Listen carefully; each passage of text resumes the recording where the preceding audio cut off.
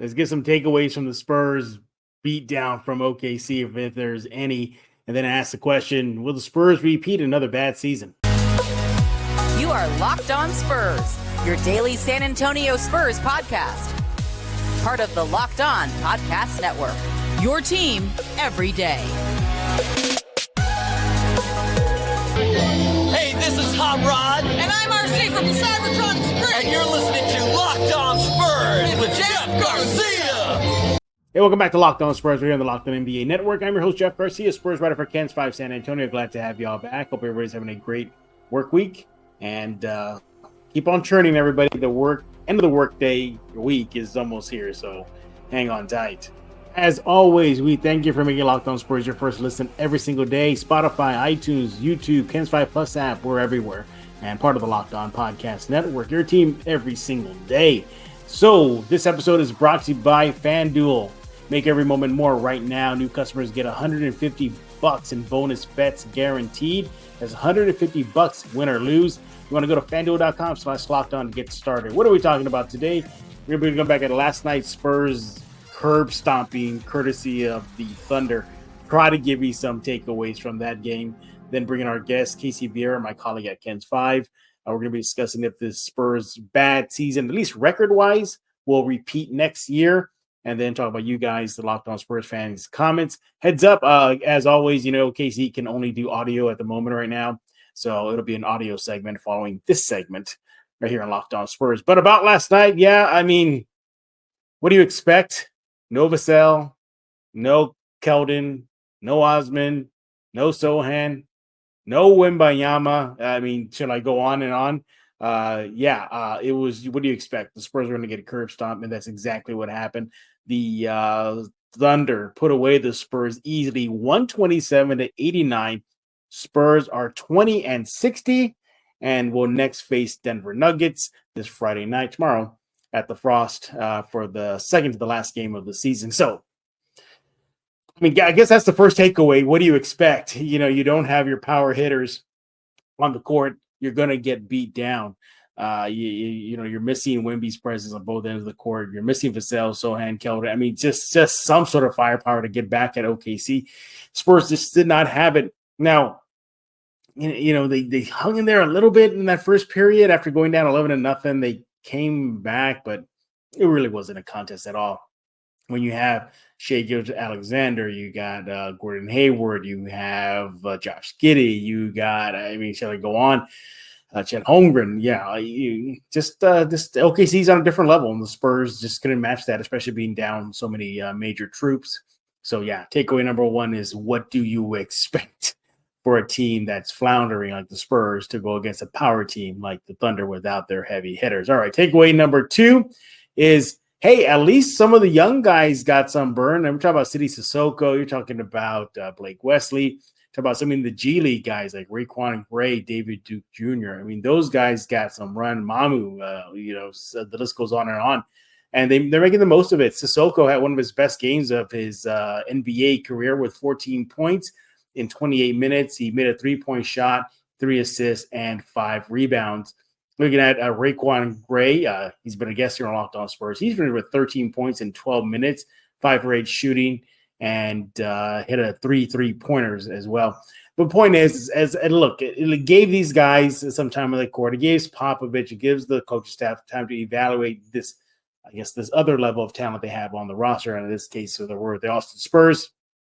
And Cissoko is definitely opening eyes. We'll definitely be talking about him as the season winds down and future episodes of Locked On Spurs. But Zach Collins, led the way for the Spurs with 20 points, 5 turnovers, though, and 2 block shots, 8 for 17 shooting. After the game, he did say that he openly admitted that he had a bad shooting season. He was happy about how his defense improved as the season went on, but did address that he wants to focus on his outside shooting, creating space into the offseason, heading into the new year.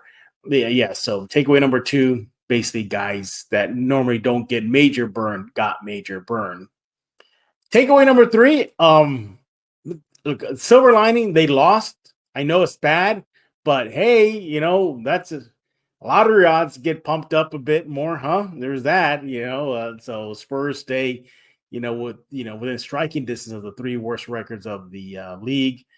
You got to get one of the three worst records to get the 14% shot at winning the overall number one pick. That probably won't happen, but nevertheless, there's that.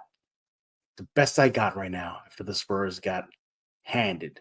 But I mean, look, the Spurs only scored 11 points in that first period. That was it. That was it. Thunder 34 points. The Spurs' best quarter was actually the third quarter, 29-30. They were competitive, but yeah, it was just a bad night for the Spurs. The biggest deficit the Spurs had was 42 points. That's how bad they were down versus the Thunder. But again, takeaway number one, like I said, you don't have your heavy hitters. What do you expect going against a team like OKC? All right, enough about that loss. Okay, we'll just move on. Coming up next, we got Casey Viera, my colleague at Cans 5. We're going to be discussing if the Spurs, at least record-wise, are going to have another bad season. And if they don't, how much could they improve? We're going to talk about that, play-in talk, and then talk about you guys, Locked On Spurs fans. Again, note it is an audio segment. It's coming up after this break right now. But that's coming up next right here on Locked On Spurs. Hey, I want to talk about Nissan. Are you the type of person that likes to push things a little further? Ever wonder what adventure could be like just right around the corner? Our friends at Nissan have a lineup of SUVs with the capabilities of taking your adventure to the next level. Start off with the 2024 Nissan Pathfinder. Has room up to 8, an expansive cargo capacity, and advanced available 4x4 capability with 284 horsepower and up to 6,000 pounds of towing. When adventure calls, the Pathfinder is there to answer. What about the 2024 Nissan Armada? That will change what you expect from a full-size SUV. Picture a rugged 4x4 that can seat up to 8 in first-class luxury and in style. Tow bigger and explore further in the 2024 Armada. Yeah, what more do you need? You want to go check out Nissan and this incredible lineup of vehicles right now. So take the Nissan Rogue, the Nissan Pathfinder, or the Nissan Armada. Go find your next big adventure. You want to shop at nissanusa.com.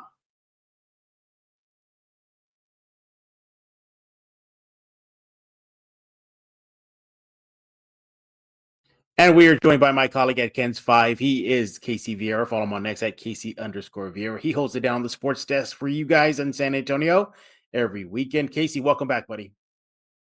Thank you for having me, per usual. Good job on your fill-in show, by the way. Oh, I tried. I tried. You went above and beyond. You went above adding a little audio inside. I loved it.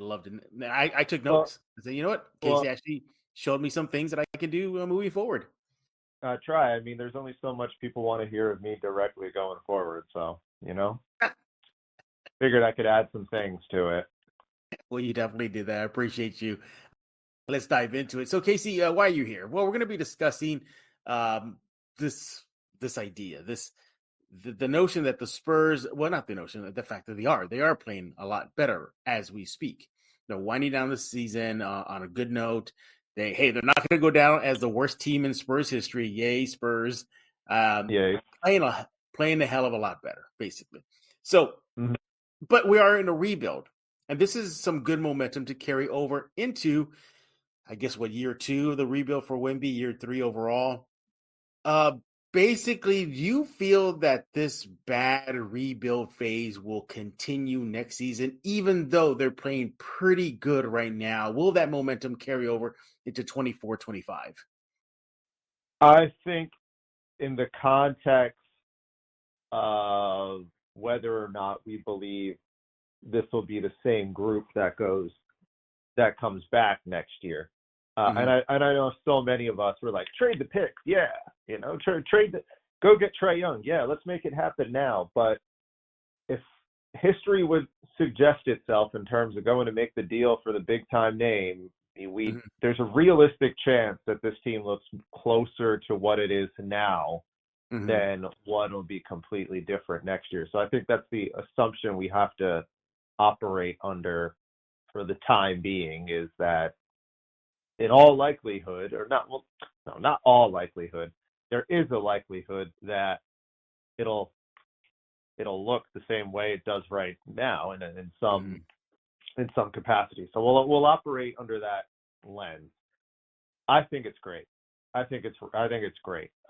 Mainly because they look a lot like the team that we expected them to be coming into the season, and a lot like the team that I think they even expected them to look like coming into the season. I don't think genuinely they felt they were going to be as bad as they are the entire year. I don't think they felt that way, and so a lot of people were very critical, myself included, of Pop saying things like, "Oh, winning is mandatory, part of this next process, blah blah blah." At the start of the year, and then obviously the year plays out, and for the most part, they're miserable all season. I think now we're starting to see what we expected was not necessarily a playoff team, but a team that is going to play hard and compete and going to win some basketball games because of that alone. They're going to win some basketball games because they have a generational talent leading the way. Mm-hmm. And some of those results of those games they're losing that they had lost early in the year, we expected them maybe to win more at the time, and that's happening. And it's looking like a team that's closer, that would have had these spurts where they would win 5 of 8, like they have right now, or these teams that would have lost 6 of 9, like they have certainly done plenty throughout the time this season. And kind of putting a bow back on it, putting a circle around that, is that I think this is good. Any kind of momentum that you can build going into a year where you kind of need to take that next step, given that what you have in Wemby, there is a little bit of an added sense of pressure there.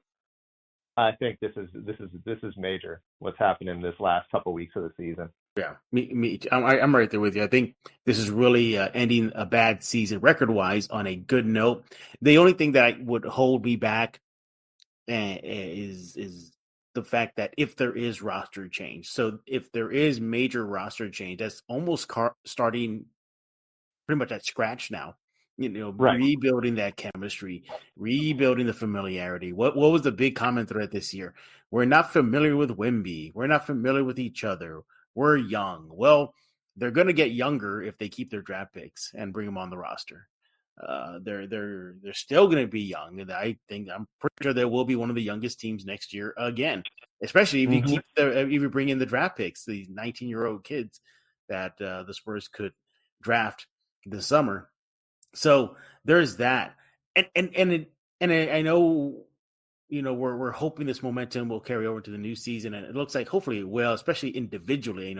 I'm sure Wemby will say, "Hey, you know what? I had a hell of a rookie season. I want to be busting what in my sophomore season." Vassell, same thing. But Casey, it sounds like if the way the Spurs are playing right now, maybe front office might be thinking, "Hey, we love the team that we put together." Remember that Buford quote? We're going to stick with them, and we're going to run it back.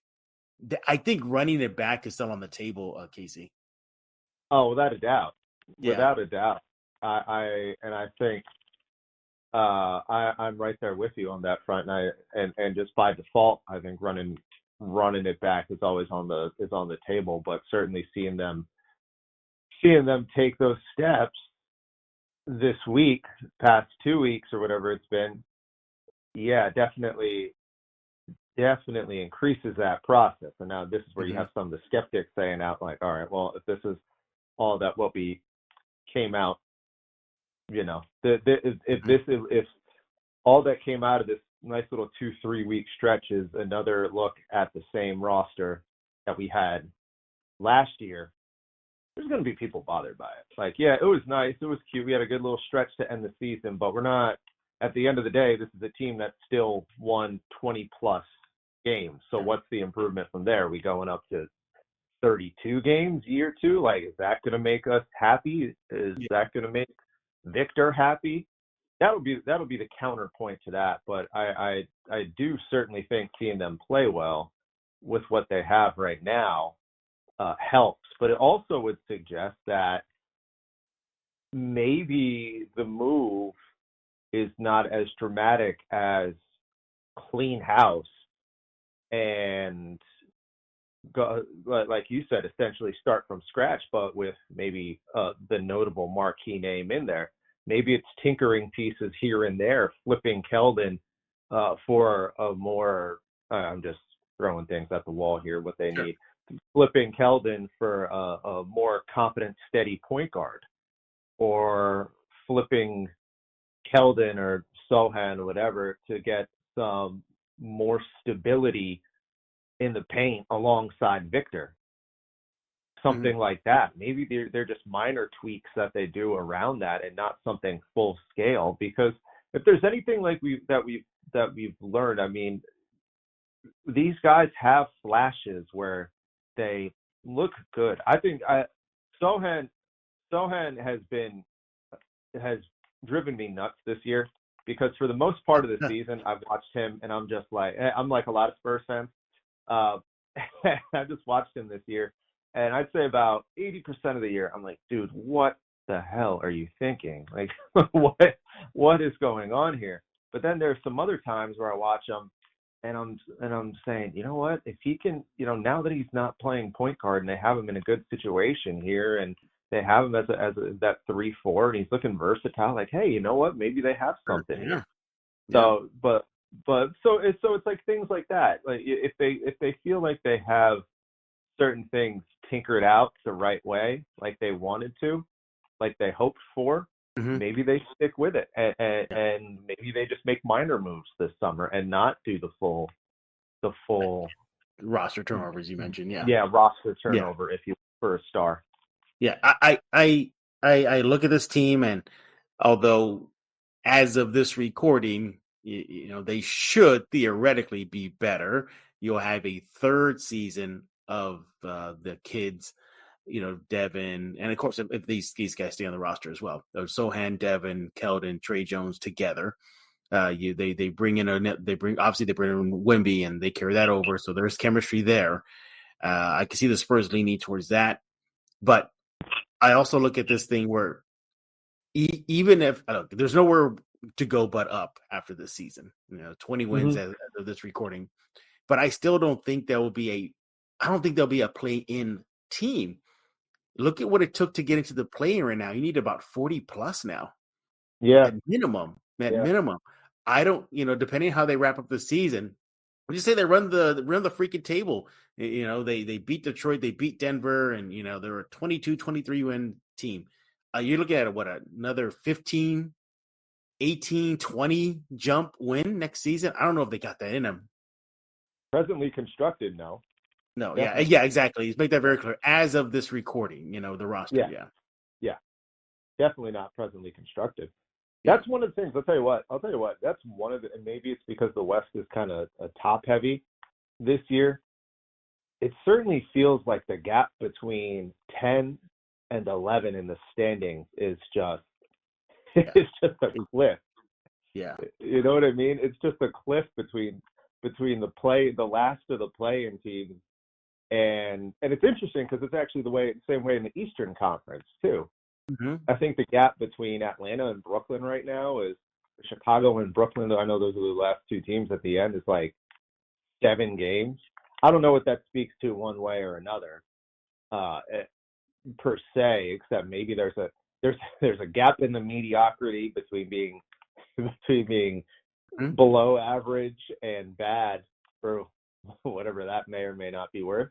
But yeah, if things go the way that they're going next year, which is a good chance in terms of the perspective of the league and the conference and the West, I do think that gap is probably a little too big to overcome from 20 plus wins to 20. No, what'd you say? What's the number right now? 40 something? Right. You need to get a 40, at least a little over 40 or a high 30, but the point is at least 40 or more to guarantee yourself a play in.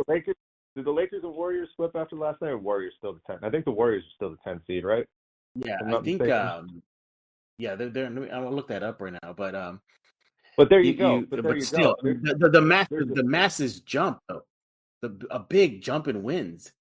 Well, you need. one of the Lakers and the Warriors are probably going to face each other in the 9-10 game. One of, Look if not this way. both of those teams are going to miss the playoffs.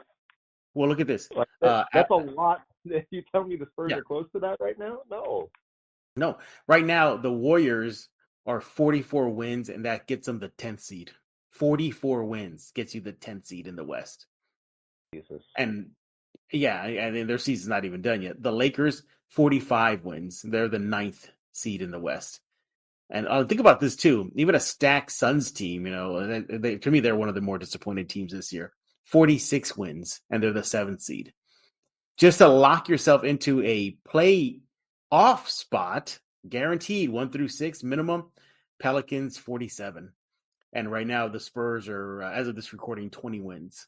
So that's a 20-plus win jump the Spurs will have to do. And also forget, too, Grizzlies, they'll get John Moran back. Rockets, they're trending upward fast. Maybe the Warriors fall off depending what the roster happens over the weekend, over the offseason for Golden State. It's gonna be a beast. It's still a beast. That's a good point. That's a good point that you mentioned about Memphis, is that they're coming back. I don't think the Warriors are going away entirely, because I trust obviously because Steph won, but I think big change is coming for them this summer with Golden State. I think big change is coming for them. So there you go. That's 11 teams right there in the immediacy that you're gonna have. You can confidently say that you're not going to hop. Yeah. And to probably a lesser, like you said, Houston's not. Yeah. Houston is better, but there's a chance the Spurs. And even if the Spurs get a Trae Young, is he enough to vault them 20-plus wins? Him and Wemby. See, we say that like in the context of the way we said it, it's no.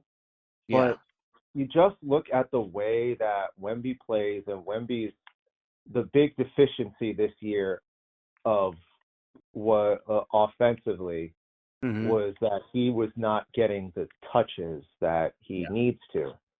And it's a dramatic jump to say 20-plus wins. Yeah. But just having a guy, and Trae's not the end-all, be-all here. He's not the savior of the franchise. But just having that, it's like he fits too good. Even though he's not the like I said, the end all be all. He's just the perfect fit for Victor. Yeah. So it might be 20 wins. It might be. More often than not, I think the circumstances are whether you categorize Trae Young as a guy who can make you a 20 win player on a team. I'd say probably no, especially considering his absence on his current team.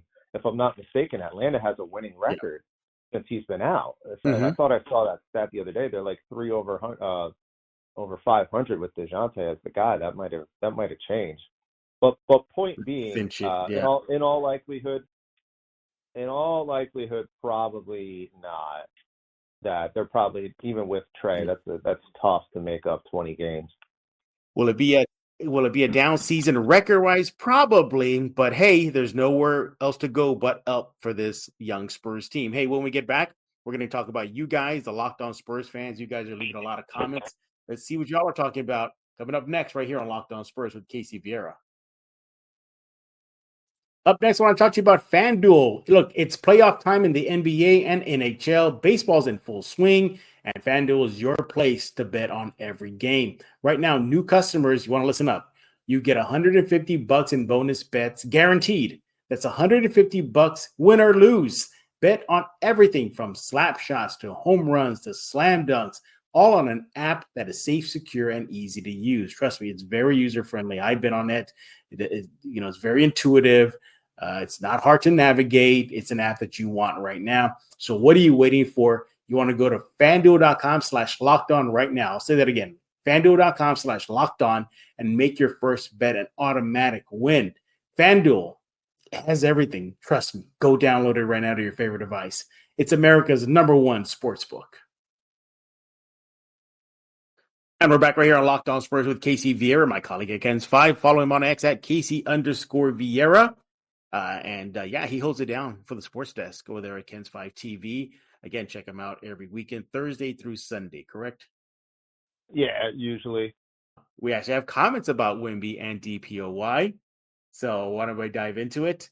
Guys, you guys are leaving a lot of comments.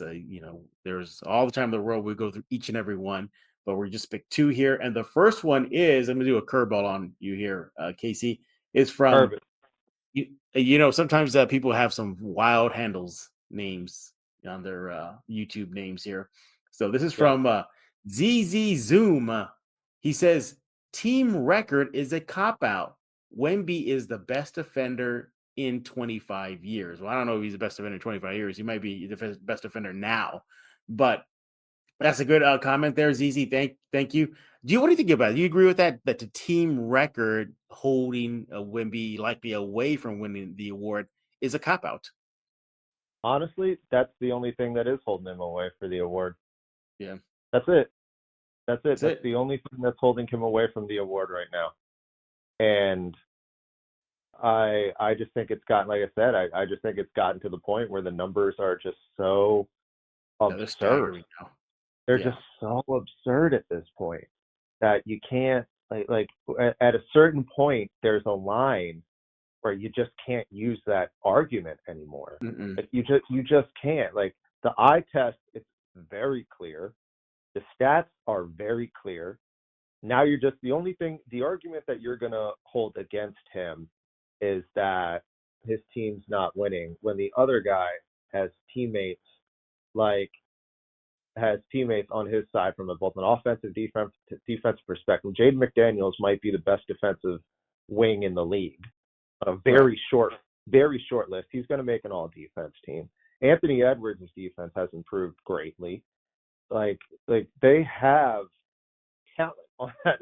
They have all defensive talent on that team. When the Spurs, of course, we know exactly what they have right now. If that's the main sticking point against that, I just don't see how you can take it away, because just by how much ground he's making up and how ground he's making up and from a statistical standpoint, how much he's run away. I just think the numbers are too much. For me, what cinches it is the on-off defensive metrics. The on-off. There you go. That's another. When Rudy Gobert exits the game, the Wolves are still okay defensively. When Wemby exits the game, the Spurs are horrific defensively. There you go. For me, that seals it. We're done. Again, the story. Wemby, you win it. So, but yeah, I hope voters, can buck the trend and get out of their old ways and, remember that it is. I was the guy who put, and admittedly, them winning a little bit has changed that in the past few weeks too. But I was the guy when they're sitting there with 15 wins in February or whatever ugly number it was. I'm like, I'm supposed to sit here and honestly tell you that he's the defensive player of the year when Rudy Gobert's team is first in the West and they're the worst team in the Western Conference. But you know what? Wemby has been so absurd that I've changed my stance on it. I've changed my stance. Like he just is. He's the defensive player of the league, and I don't see how you can pick anyone else.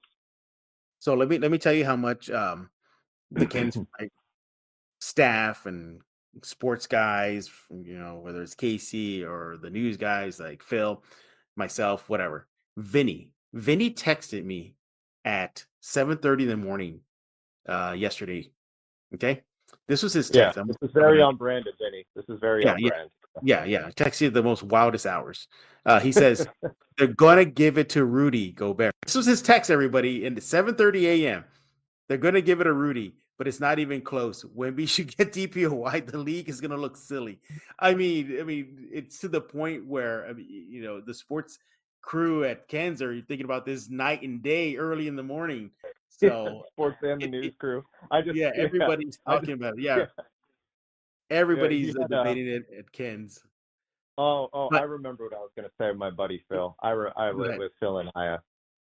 He had a great line the other day when we were getting ready for the show, and he was saying after Wemby inevitably gets robbed here, we should go to the city and see if they could file a motion to press charges against the league for robbery charges against the league. I was like, you know what?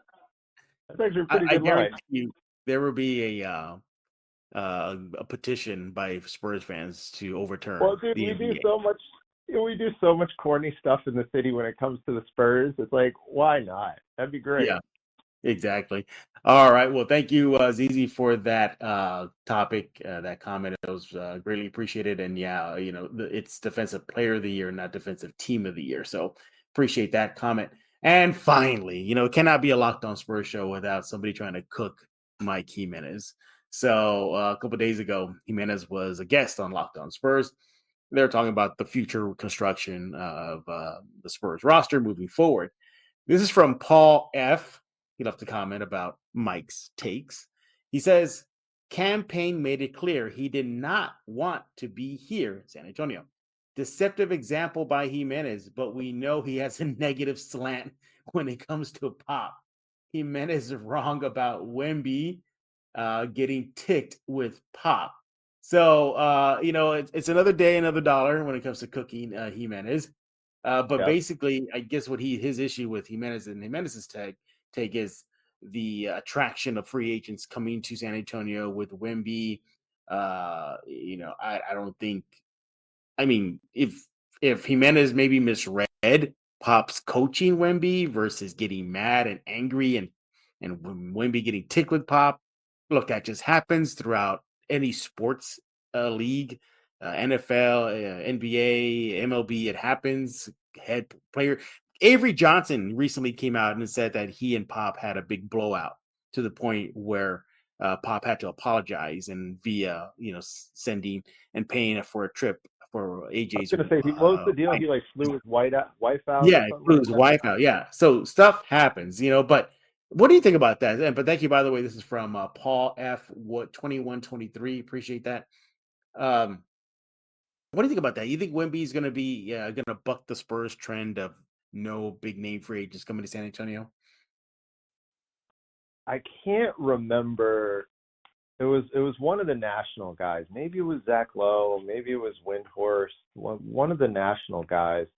They brought up a good point that they think that there is going to be a guy out there who will be willing to come to San Antonio and be accepting that he's the number 2 on this team, like a big name, I think the name drop was someone like a Cade Cunningham or someone like that. Yeah, was that there's someone who's going to be on his second rookie deal or nearing it in some capacity and be like, you know what, they have a really good, this is of course operating under the assumption the Spurs, don't mess things up, is that they have a really good situation here. We have a good foundation. I can go, I can win, I can be a number 2 to a guy who's soon going to be a top 10 to 15 player in the league and grow with him.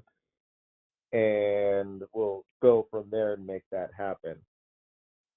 So to answer that question, I think so. I think so, because never have we lived in an era where, then I guess kind of the players first era, if you will, and the Spurs have had such a polarizing figure to attract free agents. And when they did, last time they did, Kawhi, what did they do? They attracted a big name free agent. They got the biggest fish on the market at the time in LaMarcus Aldridge. So it goes, people like to, and it's because of the largely history would suggest that this is not a free agent destination. Even with Aldridge, I would still tend to be more of the mindset that it's not a free agent destination historically. But right now, it doesn't matter where you play. If in the players first era that we live in 2024, where you can honestly market is an overrated narrative too, because you can do in the social media digital world that we live in, you can do a heck of a lot getting your name across. I mean, look at Giannis. Giannis lives in a good chance he's going to play his whole career in Milwaukee. Like, Milwaukee is not New York, Miami, or LA. Nope. So And- I think I don't think it totally matters anymore. Yeah. So yes, I think they can get a big name. Yeah, exactly. And speaking of the market thing, I mean, I never thought in my lifetime I would see Louis Vuitton billboards in San Antonio, but here we are. Oh, Never yeah. thought that would happen. So, you can, well, a player can be successful, but as far as Pop and Wemby, at least in Jimenez's mind, that they bumped heads, and again, it happens. That happens. DeJounte Murray and him got into it. Tim Duncan and Pop got into it. It happens. It just happens. We appreciate you all leaving comments here at the Locked On Spurs YouTube page. Keep them coming. Again, follow us on YouTube at youtube.com/@LockedOnSpurs. What is going on in your neck of the woods there, Casey, Mr. Viera? Man, I can't believe we only got 4. I guess at this time this recording will be 4 or 3 more games left for the Spurs. 2. Actually, 2. 2? Yep. Okay, 2 more games, man. This season went by too fast. It did. Disappointing. There's only 2 more times we're gonna get to see Wemby here If they don't shut him down. Yeah. until it's the Summer Olympics, and then we're watching. We talk so much about Gobert and Wemby. Team USA is going to have a hell of a time in the front court trying to score on both of those guys this summer. Oh, that's where you got to look forward to seeing Casey on Ken's 5 TV. Follow him on X at Casey_Viera. Make sure to do that right now. And we'll be back tomorrow. More Spurs talk. Silver and Black still playing. Just a few more games left. And that's all she wrote. But we'll have you covered right here on Locked On Spurs, Ken's 5 TV with Casey, and so much more. And as always, subscribe to us on YouTube. What else you got? iTunes, Spotify. The list goes on and on. Check out Locked On Sports Today, 24/7 streaming channel only on YouTube.